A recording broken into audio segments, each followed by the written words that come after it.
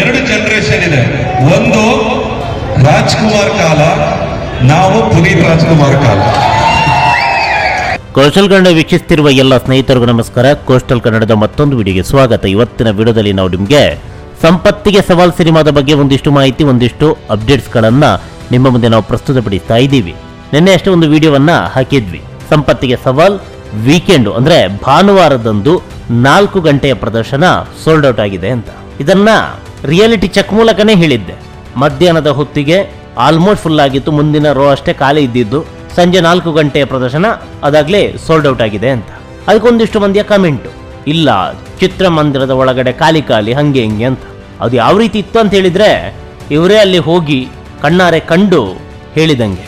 ನಿಜವಾಗ್ಲೂ ಖಾಲಿ ಇತ್ತ, ಫೇಕಾ ಇದು ಅಂತ ನಾವು ನೋಡಿದ್ರೆ ಅಸಲಿ ಎತ್ತು ಬೇರೆನೇ ಇದೆ.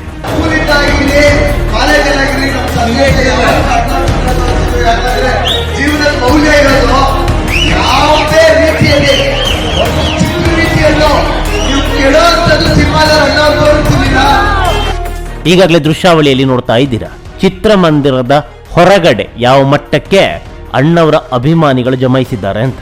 ಸಂಜೆ 4 ಗಂಟೆ ಪ್ರದರ್ಶನ ನೋಡಿ ಯಾವ ರೀತಿ ಅಣ್ಣವರ ಸಿನಿಮಾವನ್ನ ವೀಕ್ಷಣೆ ಮಾಡೋದಕ್ಕೆ ಅಭಿಮಾನಿ ಬಳಗ ಬಂದಿದ್ದಾರೆ ಅಂತ. ಚಿತ್ರಮಂದಿರದ ಹೊರಗಡೆ ಜನ ಜಾತ್ರೆ. ಯಾವುದೋ ಸ್ಟಾರ್ ನಟರ ಹೊಸ ಸಿನಿಮಾ ರಿಲೀಸ್ ಆದಾಗ ಯಾವ ರೀತಿ ಕ್ರೇಜ್ ಇರುತ್ತೋ ಅದೇ ಮಟ್ಟದ ಕ್ರೇಜ್ 51 ವರ್ಷದ ಹಿಂದಿನ ಸಿನಿಮಾಗೆ ಸಿಗ್ತಾ ಇದೆ. ಭರ್ಜರಿಯಾದಂತಹ ಕ್ರೇಜು, ಭರ್ಜರಿಯಾದಂತಹ ಪ್ರದರ್ಶನ, ಭರ್ಜರಿಯಾದಂತಹ ರೆಸ್ಪಾನ್ಸ್ ಸಂಪತ್ತಿಗೆ ಸವಾಲ್ ಸಿನಿಮಾಗೆ ಪ್ರಸನ್ನ ಚಿತ್ರಮಂದಿರದಲ್ಲಿ ವೀಕೆಂಡ್ನಲ್ಲಿ ಸಿಕ್ಕಿದೆ.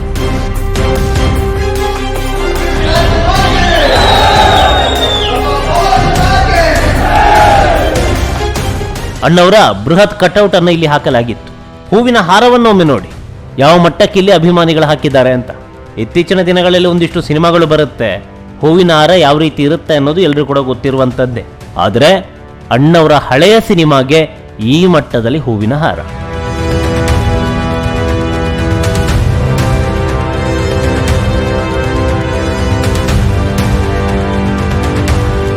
ಎಲ್ಲ ಹಳೆಯ ಹುಲಿಗಳೇ. ಆ ಸಂದರ್ಭದಲ್ಲಿ ಅಣ್ಣವರ ಸಂಪತ್ತಿಗೆ ಸವಾಲ್ ಸಿನಿಮಾ ರಿಲೀಸ್ ಆದಾಗ ಇವರೆಲ್ಲ 18-20 ವರ್ಷದ ತರುಣರು. ಇವಾಗಲೇ ಈ ಮಟ್ಟದಲ್ಲಿ ಕ್ರೇಜ್ ಇರಬೇಕಾದ್ರೆ 1974ರಲ್ಲಿ ಇವರು ಯಾವ ಮಟ್ಟಕ್ಕೆ ಹಬ್ಬವನ್ನೇ ಆಚರಿಸಿರ್ಬೇಡ. ಇಲ್ಲಿ ಎರಡು ಜನರೇಷನ್ ಇದೆ. ಒಂದು ರಾಜ್ಕುಮಾರ್ ಕಾಲ, ನಾವು ಪುನೀತ್ ರಾಜ್ಕುಮಾರ್ ಕಾಲ. ಎರಡು ಕಾಲದವರು ಇಲ್ಲಿದ್ದೀರಾ. ನಿಮ್ಮ ಸಂಭ್ರಮ ಸಂತೋಷ ನೋಡಿ ನಮ್ಮ ರಮೇಶ್ ಅವರು, ನಮ್ಮ ಚಂದ್ರು ಗಂಗಪ್ಪ ಅವರು, ನಮ್ಮ ತ್ಯಾಗಣ್ಣವರು, ರಾಜ್ಕುಮಾರ್ ಸೇನೆ ಬ್ಯಾನರ್ ಯಾವ್ದಾರು ಆಟೋದಿಂದೆ ನೋಡಿದ್ರೆ ಓ ತ್ಯಾಗಣ್ಣವ್ರು ಇಲ್ಲಿ ಹೋಯ್ತವ್ರೆ ಅನ್ಕೋಬೇಕು. ನಮ್ಮ ಒನ್ನೇಗೌಡರು, ನಮ್ಮ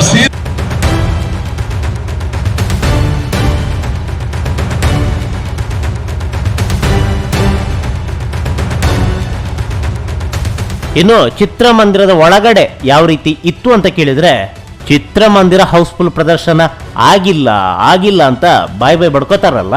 ನೋಡಿ ಒಮ್ಮೆ ಚಿತ್ರಮಂದಿರದ ಒಳಗಡೆ ಯಾವ ರೀತಿ ಕ್ರೇಜ್ ಇತ್ತು ಅಂತ. ಇಡೀ ಪ್ರಪಂಚದಲ್ಲಿ, ನಮ್ಮ ರಾಜ್ಯದಲ್ಲಿ ಮಾತ್ರ ಅಲ್ಲ, ಇಡೀ ಪ್ರಪಂಚದಲ್ಲಿ ಡಾಕ್ಟರ್ ರಾಜ್ಕುಮಾರ್ ತರ ಇನ್ನೊಬ್ರು ಹುಟ್ಟಲ್ಲ, ಇನ್ನೊಂದ್ಸತಿ ಬರಲ್ಲ. ಹೌಸ್ಫುಲ್ ಪ್ರದರ್ಶನ ಸ್ವಾಮಿ, ಸುಮ್ನೆ ಹೇಳಲಿಕ್ಕೆ ನಮ್ಗೇನು ತಿಕ್ಲಾ? ಹೌಸ್ಫುಲ್ ಪ್ರದರ್ಶನ ಆಗಿದೆ, ಅದನ್ನ ಹೇಳ್ತಾ ಇದ್ದೀವಿ. ಸಾಕ್ಷಿ ನೋಡಿ, ಇದೇ ವಿಡಿಯೋ ಸ್ಕ್ರೀನ್ ಕೂಡ ಕಾಣ್ತಾ ಇದೆ ನೋಡಿ. ಬಾಲ್ಕನಿ ಫುಲ್ಲು, ದ್ವಿತೀಯ ದರ್ಜೆ ಫುಲ್ಲು, ಓವರ್ ಆಗಿ ಥಿಯೇಟರೇ ಫುಲ್ಲು. ಪ್ರೇಕ್ಷಕರಿಂದ ಚಿತ್ರಮಂದಿರ ತುಂಬಿ ತುಳುಕ್ತಾ ಇದೆ.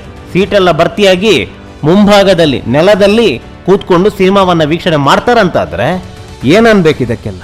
51 ವರ್ಷದ ಹಳೆಯ ಸಿನಿಮಾ. ಈ ಸಿನಿಮಾಗೆ ಈ ಮಟ್ಟದಲ್ಲಿ ಕ್ರೇಜ್ ಇದೆ. ಸಂಜೆ 4 ಗಂಟೆ ಪ್ರದರ್ಶನ ಹೌಸ್ಫುಲ್ ಆಗಿದೆ. ಅದನ್ನ ಸಾಕ್ಷಿ ಸಮೇತ ಹೇಳಿದ್ರೆ ಇಲ್ಲ, ಇವರನ್ನೆಲ್ಲ ಚಿತ್ರಮಂದಿರಕ್ಕೆ ಕರ್ಕೊಂಡು ಹೋದ್ರೂ ಕೂಡ ಇಲ್ಲ, ಇದು ಬೇರೆ ಸಿನಿಮಾಗೆ ಕರ್ಕೊಂಡು ಬಂದಿರೋದು, ಅಥವಾ ಇಲ್ಲೇನೋ ಜಾತ್ರೆ ಆಗುತ್ತೆ ಅದಕ್ಕೆ ಬಂದಂತ ಜನಗಳು ಅಂತ ಉಡಾಫೆ ಮಾತುಗಳನ್ನ ಹೇಳುವವರೇ ಇರೋದು. ಇಂಥವ್ರಿಗೆ ಏನು ಮಾಡ್ಲಿಕ್ಕೂ ಸಾಧ್ಯ ಇಲ್ಲ. ಹಾಗೆ ಸುಮ್ಮನೆ ಬಿಡ್ಬೇಕು. ಇವರು ಯಾರ ಅಭಿಮಾನಿಗಳು ಅಲ್ಲ. ಕನ್ನಡ ಸಿನಿಮಾ, ನಮ್ಮ ಅಣ್ಣವರ ಸಿನಿಮಾ ಇದು. ಅಣ್ಣವರ ಸಿನಿಮಾ ಹೌಸ್ಫುಲ್ ಆಗುತ್ತಂತ ನಾವು ಖುಷಿ ಪಡಬೇಕು. ಆಗುತ್ತಾ ನಾವು ಹೋಗ್ಬೇಕು ಆ ಸಿನಿಮಾಗೆ, ಜೊತೆಗೆ ನಮ್ಮವರನ್ನ ಕೂಡ ಕರ್ಕೊಂಡು ಹೋಗ್ಬೇಕು. ಆಗಲ್ವಾ? ಸುಮ್ಮನೆ ಇರಬೇಕು. ಅದು ಬಿಟ್ಟು ಹೌಸ್ಫುಲ್ ಆಗಿಲ್ಲ ಹಂಗೆ ಹಿಂಗೆ ಏನಕ್ಕೆ ಬೇಕು ಕುಂಕುಮಾತು? ನಮ್ಮ ಕನ್ನಡ ಸಿನಿಮಾ. ಪರಭಾಷಾ ಸಿನಿಮಾಗಳು ಹೌಸ್ಫುಲ್ ಆದಾಗ ಖುಷಿ ಪಡ್ತೀರಾ? ನೀವೇ ಕ್ಯೂ ಅಲ್ಲಿ ನಿಂತು ಕೌಂಟರಲ್ಲಿ ಟಿಕೆಟ್ ಪಡ್ಕೊಂಡು ಚಿತ್ರಮಂದಿರದಲ್ಲಿ ಸಿನಿಮಾವನ್ನು ವೀಕ್ಷಣೆ ಮಾಡ್ತೀರಾ? ಅದು ಫಸ್ಟ್ ಶೋ. ಯಾಕೆ ಕನ್ನಡ ಸಿನಿಮಾವನ್ನು ವೀಕ್ಷಣೆ ಮಾಡೋದಕ್ಕಾಗಲ್ವಾ? ನಟ ಯಾರೇ ಇರಲಿ, ಅಭಿಮಾನ ಯಾರ ಮೇಲೆ ಇರಲಿ, ಮೊದಲಿಗೆ ಅದು ನಮ್ಮ ಕನ್ನಡ ಸಿನಿಮಾ. ಅದರಲ್ಲೂ ಪ್ರಸ್ತುತ ಸಂಪತ್ತಿಗೆ ಸವಾಲ್ ಸಿನಿಮಾ ರಿಲೀಸ್ ಆಗ್ತಾ ಇದೆ. ಇದು ಕೇವಲ ಕನ್ನಡ ಚಿತ್ರರಂಗ ಮಾತ್ರವಲ್ಲ, ಇಡೀ ಚಿತ್ರರಂಗದ ದೇವರ ಸಿನಿಮಾ. ಅಣ್ಣವರು ಕೇವಲ ಕನ್ನಡ ಚಿತ್ರರಂಗಕ್ಕಷ್ಟೇ ಮೀಸಲಲ್ಲ, ಅವರ ಕಲಾಚಾತುರ್ಯ ಕನ್ನಡ ಚಿತ್ರರಂಗಕ್ಕಷ್ಟೇ ಮೀಸಲಾಗಿರ್ಬೋದು. ಆದರೆ ಅಣ್ಣವರು ಕೇವಲ ಕನ್ನಡ ಚಿತ್ರರಂಗಕ್ಕಷ್ಟೇ ಅಲ್ಲ, ಪ್ರಪಂಚದ ಚಿತ್ರರಂಗಕ್ಕೆ ಅಣ್ಣವರು ಬ್ರಹ್ಮ ಅಂದ್ರೆ ತಪ್ಪಾಗ್ಲಿಕ್ಕಿಲ್ಲ. ಅಣ್ಣವರ ರೀತಿ ಅಭಿನಯ ಮಾಡುವವರು ಯಾರಿದ್ದಾರೆ ಸ್ವಾಮಿ? ಅದಕ್ಕೇನೆ ಅವರು ಕೆಂಟಕಿ ಕರ್ನಲ್. ಅಣ್ಣವರಿಗೆ ಅದೆಂಥ ಪ್ರಶಸ್ತಿ ಬಂದ್ರೂ ಆ ಪ್ರಶಸ್ತಿಗೆ ಹೆಮ್ಮೆ, ಆ ಪ್ರಶಸ್ತಿಗೇನೆ ಒಂದು ಗೌರವ ಅಂತ ನಮ್ಮ ಅಣ್ಣವರು. ಅವರ ಸಿನಿಮಾ 51 ವರ್ಷಗಳ ಬಳಿಕ ರಿಲೀಸ್ ಆಗಿದೆ ಪ್ರಸನ್ನ ಚಿತ್ರಮಂದಿರದಲ್ಲಿ. ಭರ್ಜರಿಯಾದಂತಹ ಪ್ರತಿಕ್ರಿಯೆ ಈ ಸಿನಿಮಾಗೆ ಸಿಗ್ತಾ ಇದೆ. ಈ ಮಧ್ಯೆ ಒಂದು ಬೇಸರ, ಇದನ್ನ ಕಳೆದ ಸಂಚಿಕೆಯಲ್ಲೇ ಹೇಳಿದ್ದೆ, ಬೇರೆ ಚಿತ್ರಮಂದಿರಗಳಲ್ಲಿ ಈ ಸಿನಿಮಾದ ಪ್ರದರ್ಶನ ಇಲ್ಲ ಅಂತ.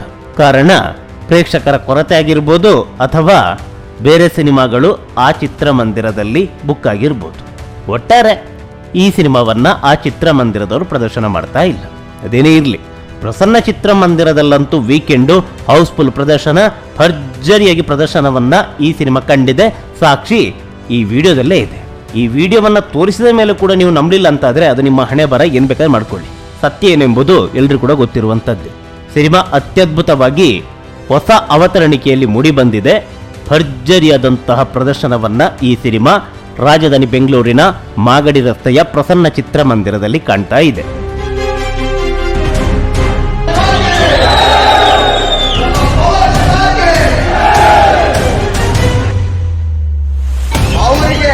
ಅವರಿಗೆ ಕೊಟ್ಟಿರೋಷ್ಟು ಬಿರುದು ಯಾವ ನಟನಿಗೂ, ಯಾವ ಹಾಲಿವುಡ್ ಆಕ್ಟರ್ಗೂ ಇಲ್ಲ.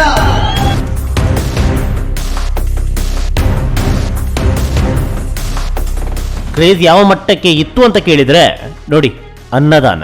ಅಭಿಮಾನಿಗಳೆಲ್ಲ ಸೇರಿಕೊಂಡು ಇಲ್ಲಿ ಕೇವಲ ಸಿನಿಮಾವನ್ನ ವೀಕ್ಷಣೆ ಮಾಡಲಿಕ್ಕೆ ಬಂದವರು ಮಾತ್ರ ಅಲ್ಲ, ಎಲ್ಲರೂ ಕೂಡ ಇದ್ದಾರೆ.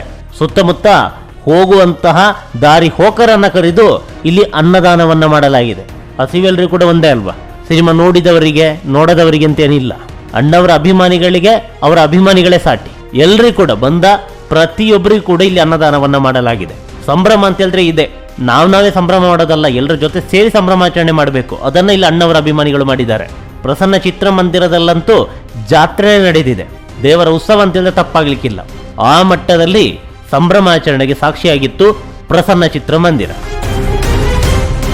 ಇಲ್ಲಿ ಎರಡು ಜನರೇಷನ್ ಇದೆ. ಒಂದು ರಾಜ್ಕುಮಾರ್ ಕಾಲ, ನಾವು ಪುನೀತ್ ರಾಜ್ಕುಮಾರ್ ಕಾಲ.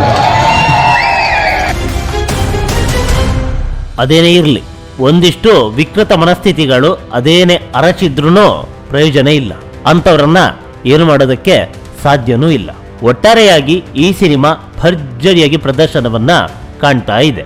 ಕನ್ನಡ ಸಿನಿಮಾಗಳನ್ನ ಚಿತ್ರಮಂದಿರದಲ್ಲಿ ವೀಕ್ಷಿಸಿ ಆನಂದಿಸಿ.